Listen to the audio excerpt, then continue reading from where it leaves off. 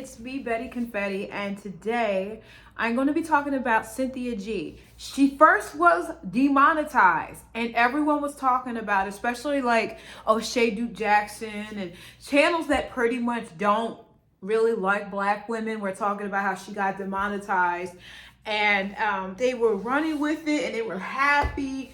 But then after Cynthia G got demonetized, her channel was deleted. Now, some people are trying to say that YouTube deleted her channel. Others are saying she deleted it. I don't know. All I'm going to say is her channel was deleted. I checked because she had made a new channel. Then she had her older channel, I guess. And it seems like, according to what I'm gathering, YouTube was taking down her channels fast. Now, okay, I'll say this. I enjoyed Cynthia's content from the very beginning, like in 2016. When I first discovered her, it was in 2015. And her first channel was deleted, and then that other channel that just was deleted was her second big channel. And that one got deleted as well. But I noticed as time went on, Cynthia's message really did change. It went from like being like empowering black people, and then it went from empowering black people to really hating black men. I have to be honest, like I am a fan of hers. I watched her stuff because she's intelligent and she is insightful. But as time went on, you guys gotta admit, it did get kind of like uncanny. Like the things she was saying when she would say abort black babies, black male babies. I'm thinking, how is it that we as a group of people would even be here on this planet if you're aborting black babies? And like, if you're aborting black babies, how would you, it just doesn't make sense, because like, how would you know if that baby's going to be a good person or not? They're dead. So that was her one message. And then she was saying, she was calling black men bandits and stuff like that. And now I will say a lot of them that she talked about actually did deserve it. But it seemed like after she had that child with Robert Perkins and he burned her, and when I say burned her, I don't mean like an STD. I just mean like I think he didn't do right by her after she had that child. This is me speculating. I don't have solid evidence, okay? I noticed that her message went from like uplifting black folks to actually tearing down black men. And it seemed like she developed a big audience from doing that. But on the flip side of having a big audience, especially black female, a lot of course, black men and some black women did not like her and what she was saying. Now, I can see both sides of this coin as to why black men felt the way they did and certain black women didn't like her. But I also see the part where she was coming from. And then some people were saying that Cynthia was contradicting herself because she became a single mother after having Robert Perkins' child.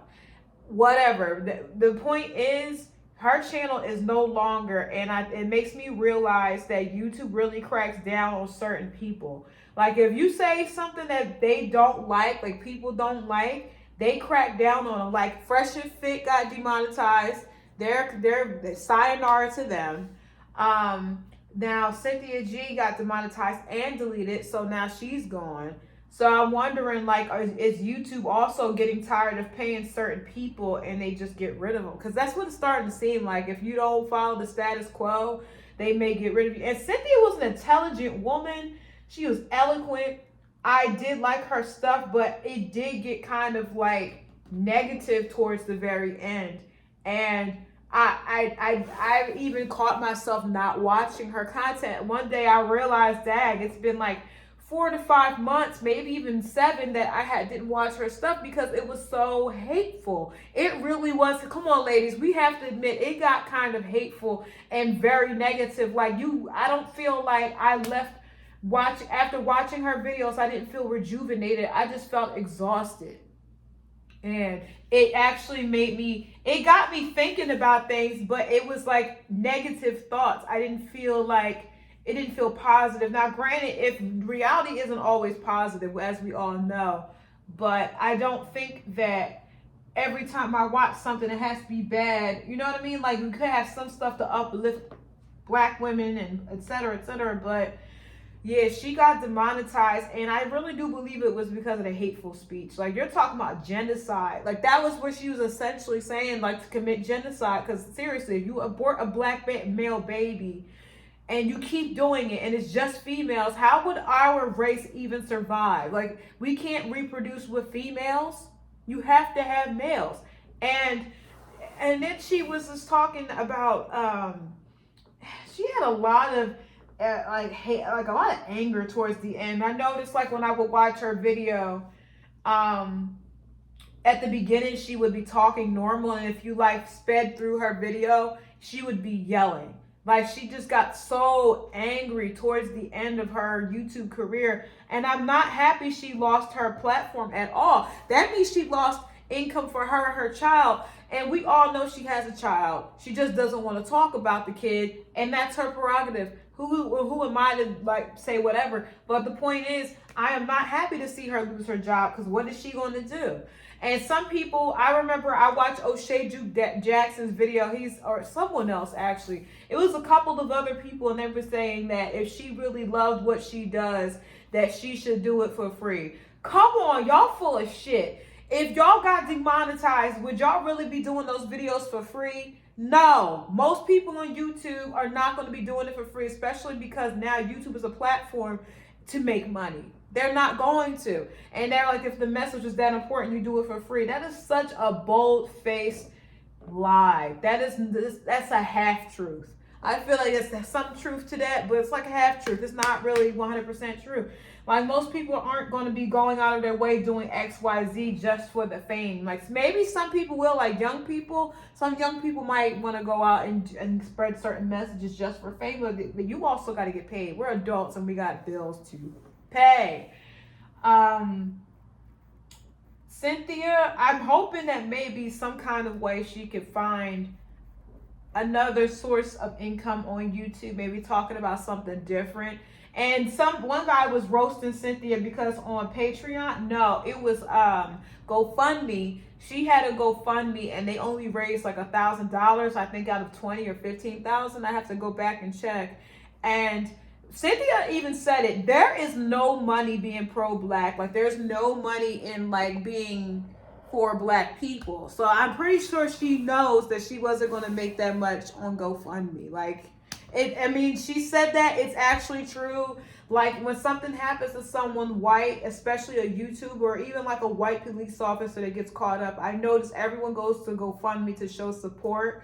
And even a YouTuber that messed up, and they'll go to GoFundMe to show them support. But when it comes to black content creators and anyone black, it's like black people are so stingy with their money. They do not help. We do not help each other at all. I would be lying to you if I said I was surprised that Cynthia's her GoFundMe is at $1,000 after she had 100,000 subscribers. I'm not surprised at all. I'm not, because I know black people are not going to donate to her. Black men are a group of black people I know aren't going to donate to her. Maybe not unless they're gay and they like her message.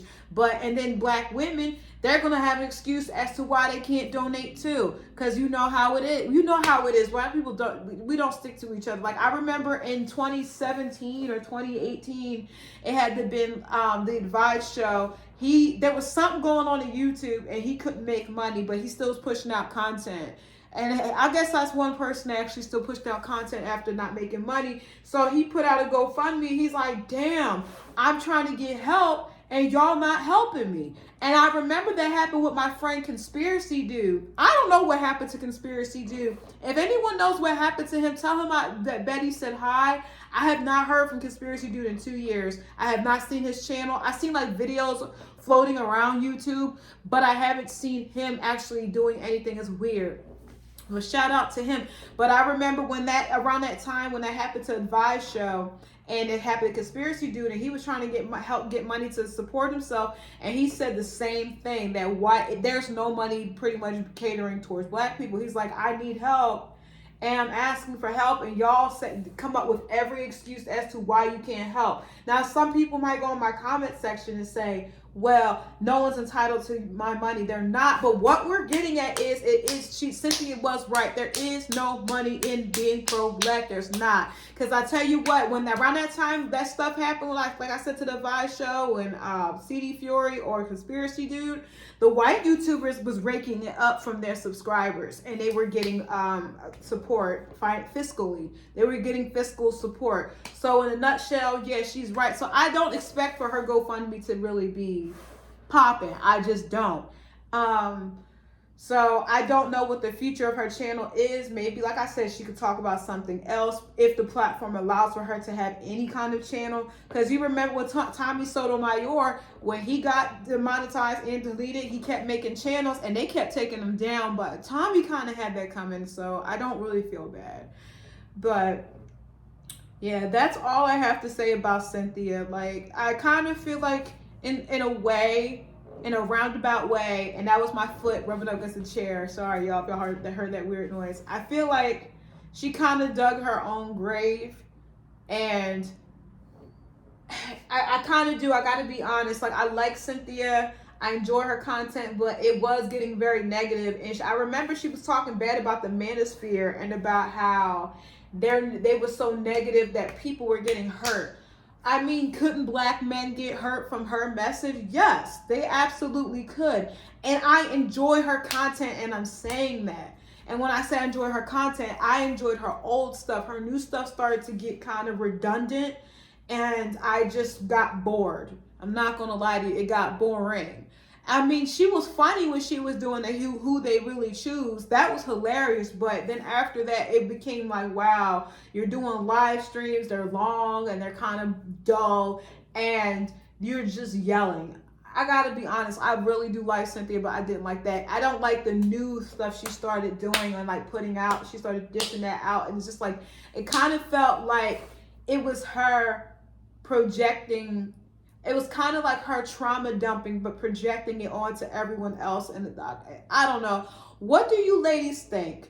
I could be wrong, but that's how I feel. And what do you think about what I've said in the video? Let's be 100% transparent. Let's not go off of emotion. And if you name call in my comment section, I'm not keeping those comments there. I will delete them. Black men that come in my comment section, be respectful, because if you try to call me any names, you're going to be blocked and deleted. I don't got time for that. And that's another thing. I don't like talking about topics like this on my channel because those people, I know Cynthia and I know like O'Shea, and I know those people feel like they're doing the right thing, but they attract such negative fucking people.